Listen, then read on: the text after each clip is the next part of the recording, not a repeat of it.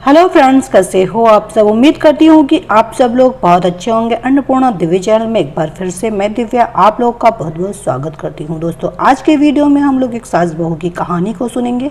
उम्मीद है कि आप लोगों को जरूर पसंद आए। कहानी थोड़ी सी भी अच्छी लगी तो वीडियो को लाइक कीजिएगा। चैनल पे पहली बार विजिट कर रहे हैं तो मेरे अन्नपूर्णा दिव्य चैनल को सब्सक्राइब कीजिएगा और इस कहानी को ज्यादा से ज्यादा शेयर कीजिएगा। तो चलिए फिर शुरू करते हैं।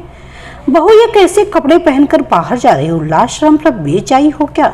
अब तुम इस घर की बहू, तुम ऐसे कपड़े पहनकर बाहर नहीं जा सकती। सविता जी अपनी बहू रागिनी से बोली।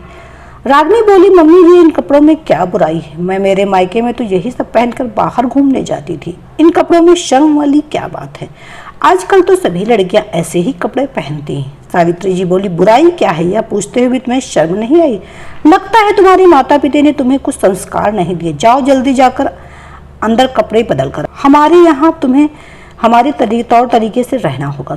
तुम यूं ही कुछ भी पहनकर नहीं घूम सकती, समझी? रागिनी पास खड़े अपने पति रोहन को देखने लगी। शायद रोहन उसके पुच्छ में कुछ बोलेगा, मगर रोहन चुपचाप सब बातें सुन रहा था। सविता जी बोली, रोहन को क्या देख रही हो? अब रोहन को हमारे खिलाफ भड़काओगी क्या? रोहन बोला, जाओ रागिनी कपड़े बदल लो, माँ को तुम्हारा यह वन पीस गाउन पसंद नहीं आया। रागिनी बोला, रोहन मैं तुम्हारे साथ ही तो बाहर घूमने जा रही हूँ और इन कपड़ों में बुराई ही क्या है? पास बैठी बड़ी ननद सुरभि बोली, भाई रोहन, लगता है तुझे अभी तक बीवी को काबू में करना नहीं है। अगर ऐसे ही बीवी की सुनता रहा तो वो दिन दूर नहीं, ये एक दिन तुझे अपना गुलाम बना देगी। भाई मैं तो कहती हूँ इसे अभी के भी इसकी औकात बता दो। ससुराल में सास और ननद की इज्जत कैसे की जाती है? रागिनी बोली, मेरे ऐसे कपड़े पहनने से आपकी कौन सी इज्जत चली जाएगी? दीदी आप लोग ये कैसी बातें कर रहे हो? मम्मी जी ने शादी के पहले तो कहा था कि मेरे बेटे और बहू में कुछ भी फर्क है, फिर आज मुझसे सभी लोगों को दिक्कत क्यों हो रही है? सविता जी बोली, बहू लड़की के घर जाकर यह सब तो बोलना ही पड़ता है, तभी तो वो लोग अपनी बेटी की शादी करते हैं। मगर लड़की वालों को भी समझना चाहिए कि उनकी बेटी अब किसी के घर की बहू बनने जा रही, तो उसे मर्यादा में रहना सिखाए। अब यह 2 दिन पहले आई लड़की हमें सिखाएगी कि इज्जत से कैसे रहा जाता है। रोहन अपनी बीवी को काबू में कर। रोहन बोला, रागिनी बहस मत करो और माँ और दीदी जो कह रहे हैं बस वैसा करो। रागिनी बोली, मगर रोहन ने तुरंत कसकर एक थप्पड़ रागिनी के गालों पे जड़ दिया। रागिनी की आंखों आंसू छलक पड़े और वह रोते हुए अपने कमरे में चली गई। रागिनी कमरे में आकर लेट गई और याद करने लगी कि वह दिन जब रोहन की सविता जी ने उसे रोहन के लिए पसंद किया था। सविता जी पहली नजर में रागिनी को अपने बेटे राहुल के लिए पसंद की थी। सविता जी ने रागिनी की मां शीला जी को यह आश्वासन दिया था कि मेरी बेटी और बहू में कोई फर्क नहीं। शीला जी, जैसे मैंने दोनों बेटियों को हर चीज की आजादी दे रखी, वैसे ही सारी आजादी रागिनी को भी होगी। मगर शादी के दूसरे दिन से सविता जी ने अपना असली रंग दिखाना शुरू कर दिया था और उनमें उनके दोनों बेटियों का भी साथ रहता। रागिनी की बहुत ख्वाहिशें थी। क्या कुछ सोच रखा था उसने कि शादी के बाद भी अपने लिए जिएगी, मगर यहाँ ससुराल आते उसकी सारी ख्वाहिशों को दबा दिया गया था। उसने अपनी मनमर्जी से जीना तो छोड़ो, कपड़े तक ससुराल वालों की मर्जी के पहनने पड़ते थे। रोहिणी की बड़ी बहन सुरभि शादीशुदा थी, मगर अपनी भाभी को ताना मारने का एक मौका नहीं छोड़ती थी और छोटी बहन सौम्या, वह भी अपनी माँ सविता जी की हाँ में हाँ मिलाती थी। रागिनी घर में साड़ी पहनकर ही रहती थी, मगर वह नहीं जानती थी उसे घूमने जाने में वेस्टर्न कपड़े नहीं दिए जाएंगे। और अब तो घूमने जाने दिया ही कहा जाता, बस घर में चूल्हा चौका संभालने का ही काम रह गया था रागिनी का। पढ़ी लिखी रागिनी को सास ने नौकरी भी छुड़ा दी। तुम नौकरी पर चली जाओगी तो घर कैसे मैनेज होगा? रागिनी ने यह भी कहा था, मम्मी जी घर में बाई भी है, खाना भी दोनों समय का मैं ही बनाऊंगी, मगर मुझे नौकरी पे जाने दीजिए। मगर सविता जी बोली, घर में कोई ना कोई मेहमानों का आना जाना लगा रहता है, अब तुम्हारा फर्ज है कि तुम उनकी खातिरदारी करो। कभी मेरी शादीशुदा बेटी भी मायके रहने आती, बेचारी थोड़े दिन यहाँ आराम करने आती, उस पर भी यहाँ उसे काम करना पड़े तो क्या मतलब रह जाएगा? अभी फिलहाल तो तुम्हें नौकरी पे जाने की कोई जरूरत नहीं। रागिनी की सारी ख्वाहिशें मिट्टी में मिलकर रह गई थी। दूसरे दिन छोटी बहन सौम्या ने ऑनलाइन 1 पीस गाउन मंगवाया था। वह अंदर जाकर तुरंत उसे पहनकर आई और सभी लोगों से पूछने लगी, मम्मी गाउन कैसा लग रहा? सविता जी बोली, वाह बेटी, मेरी बेटी तो परी बहुत जच रही है बेटा तुम इस ड्रेस में। सौम्या रागिनी से बोली, भाभी आपको ड्रेस कैसा लगा? ड्रेस रागिनी पहने के लिए अपने साथ के सलूक को भूल नहीं पाई। वह कुछ ना बोली। इस पर सौम्या चिढ़कर बोली, हाँ भाभी को मेरी ड्रेस थोड़ी पसंद आएगी, फैशन सेंस नाम की चीज इन्हें थोड़ी पता है और इन्हें तो मुझे देखकर जलन ही हो रही होगी ना। रागिनी बोली, कल जब ऐसी ड्रेस मैंने पहनी तो बेशर्म हया हो गई थी, मगर आज तुमने ड्रेस पहनी तो तुम परी हो गई। जिस घर में बेटी और बहू में इतना भेदभाव किया था वहां मेरा चुप रहना ही बेहतर है। सविता जी बोली, बहू बहुत जुबान चलने लगी है तुम्हारी। हाँ फर्क होता एक बेटी और बहू में। जाओ और चुपचाप रसोई में खाना बनाओ। रागिनी चुपचाप रसोई में चली जाती है। रागिनी को दुख तो इस बात का होता है कि पति रोहन भी कभी उसके लिए कुछ नहीं बोलता। जिस इंसान के भरोसे एक बेटी के माँ बाप उसे विदा करते, अगर वह भी उसके साथ हो रहे तो अन्याय के खिलाफ कुछ ना बोले तो दिल टूट कर रह जाता है। थोड़ी देर में सुरभि घर आ जाती है और दोनों माँ बेटी बातें करने लगती हैं। सविता जी सुरभि से खाना खाकर जाने को कहती है। सुरभि बोली, मम्मी खाना तो बन गया होगा, आप तो जानती है कि मुझे खाना मेरी पसंद का ही खाना होता है। सविता जी बोली, बेटी तेरी खाने की क्या इच्छा वही बना देगी तेरी भाभी, तू बोल तो। सुरभि मुंह बिगाड़कर बोली, रहने दो मम्मी, भाभी के तेवर देखे थे मैंने उस दिन, वह किस तरह से सभी से जुबान लड़ाकर बात करती, वो भला मेरी पसंद का खाना क्यों बनाएंगी। सविता जी बोली, क्यों नहीं बनाएंगी, तेरी पसंद का तू बता तो तुझे क्या खाना है। सुरभि बोली, मुझे छोले भटूरे खाने की इच्छा है मम्मी। सविता जी तुरंत रागिनी को बुलाकर कहती, रागिनी आज खाने में छोले भटूरे बना दो। सुरभि को छोले भटूरे खाने की इच्छा है। रागिनी बोली, मम्मी खाने की तैयारी हो चुकी मम्मी जी, और इतनी जल्दी छोले भटूरे बनाना आसान काम नहीं है। छोले को भिगोना, उबालना, भटूरे के लिए भी आटा पहले से गुथा होना चाहिए। सुरभि, देखो मम्मी मैंने कहा था ना, भाभी भला मेरी पसंद का खाना क्यों बनाएंगी। सविता जी गुस्से में बोली, रागिनी खाने में छोले भटूरे बना दो, भले ही समय लगे तो लगे। रागिनी रसोई में आकर फिर से रो पड़ी। आखिर उसे ससुराल वालों का ये व्यवहार कब तक बर्दाश्त करना पड़ेगा। रागिनी तंग आ चुकी थी रोज रोज के तानों और उलाहनों से।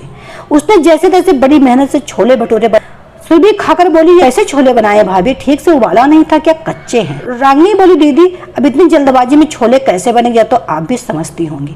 सुरभि बोली, देखा मम्मा, इसने जानबूझकर मेरे साथ ऐसा किया ताकि मैं कभी अगली बार अपनी पसंद का खाना ना बनवाऊं। इतने में रोहन आकर घर में सभी को अपने तबादले की खबर सुनाता तो सविता जी भड़क कर बोली, रोहन अब तो दूसरे शहर जाके रहोगे तो हमारा यहाँ क्या होगा।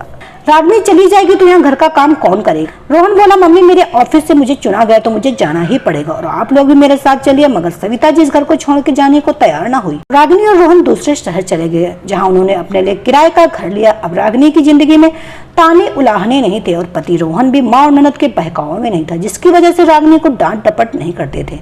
अब रागिनी ने भी नौकरी ज्वाइन कर ली थी, जिससे उसकी एक अधूरी ख्वाहिश तो पूरी हो पाई थी।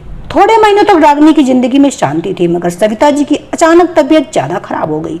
दरअसल उन्हें हार्ट अटैक आया था, जिस वजह से रोहन सविता जी को अपने साथ यहाँ शहर ले आया। डॉक्टर को दिखाकर उनका अच्छा इलाज कराया, तब जाकर सविता जी ठीक हो पाई। रागिनी ने उनकी बहुत सेवा की, यहाँ तक कि अपनी नौकरी से थोड़े दिनों तक छुट्टी भी ले ली ताकि वह सविता जी का ध्यान रख पाए। रागिनी रसोई से पसीना पोंछते हुए निकली थी कि उसे बगल वाले कमरे में फुसफुसाने की आवाज आई। रागिनी ने कमरे में झांका तो देखा सास कविता जी अपनी बेटी सुरभि से धीमी आवाज में फोन पे बात कर रही थी। बेटा सुरभि, मेरा क्या आज नहीं तो कल भगवान को प्यारी हो जाओगी, मगर तेरी भाभी को इतनी तो समझ होनी चाहिए कि अपनी सास को अच्छा अच्छा खाना खिलाए।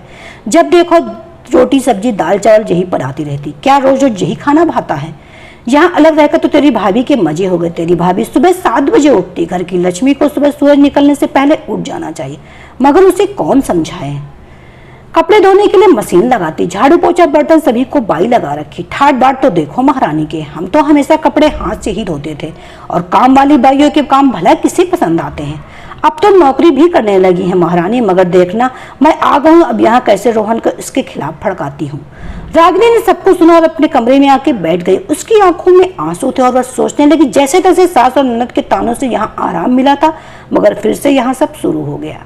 सविता जी बोली, रागिनी खाना बन गया हो तो लगा लो। रागिनी रसोई से दाल चावल सब्जी रोटी ले, उतने में रोहन टेबल पर बैठ गया। रोहन को देखते ही सविता जी बोली, मुझे तो आजकल खाने में कोई स्वाद ही नहीं लगता रोहन, ये बीमारों वाला खाना रोज रोज नहीं खाया जाता।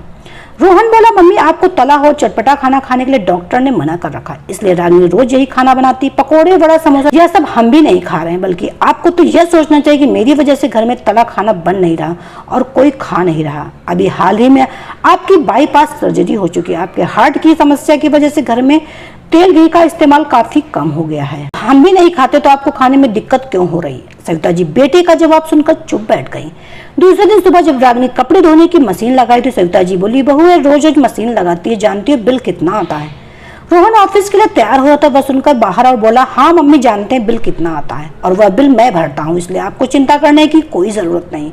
और अगर रागिनी दिन भर कपड़े बर्तन यही करेगी तो दूसरे काम कब करेगी। सावित्री फिर चुप बैठ गई। रागिनी के लिए पल जिंदगी के खुशनुमा पल थे जब पति रोहन उसका साथ देता। आज रोहन पहली बार रागिनी को लेकर उपहार में 1 पीस ड्रेस लेकर और कहने लगा, रागिनी मुझे माफ कर दो, जिस तरह मम्मी ने बेटी और बहू में भेदभाव किया उसी तरह शायद मैंने भी किया। उस दिन जब मैं अपने कमरे में ऑफिस का काम कर रहा था, मुझे बगल वाले कमरे से माँ की आवाज सुनाई दी। वह सुरभि को तुम्हारे खिलाफ बातें बता रही थी और मैं जब कमरे से बाहर आया तो तुम्हें सब सुनते देखा। तुम अपने कमरे में आकर रो रही थी। मुझे पहली बार समझ में आया कि तक मैंने जाने अनजाने कितनी बार तुम्हारा दिल दिखाया होगा। रागिनी बोला, आप समझ गए और आपने मेरा साथ दिया। यही मेरी जिंदगी की सबसे खुशनुमा पल है, मैं इन्हें कभी नहीं भूलूंगी। आज रागिनी की सारी ख्वाहिशें एक एक करके पूरी हो रही, जिन्हें उसने कभी सोचा भी न था। उसे तो लगा था शायद अब यही ख्वाहिश उम्र भर अधूरी ही रहेंगी, मगर अच्छे लोगों के साथ कभी बुरा नहीं हो सकता। वक्त रहते सभी को उनकी कद्र हो जाती है। तो दोस्तों, ये कहानी आपको कैसी लगी? उम्मीद है कि जरूर पसंद आई होगी। कहानी थोड़ी सी भी अच्छी लगे तो वीडियो को लाइक कीजिएगा। चैनल पे पहली बार विजिट कर तो अन्नपूर्णा दिव्य चैनल को सब्सक्राइब कीजिएगा और इस कहानी को ज्यादा से ज्यादा शेयर कीजिएगा। तो चलिए फिर मिलते हैं नेक्स्ट वीडियो में नई कहानी के साथ। तब तक के लिए bye bye. Subscribe now and press the bell icon. Never miss an update.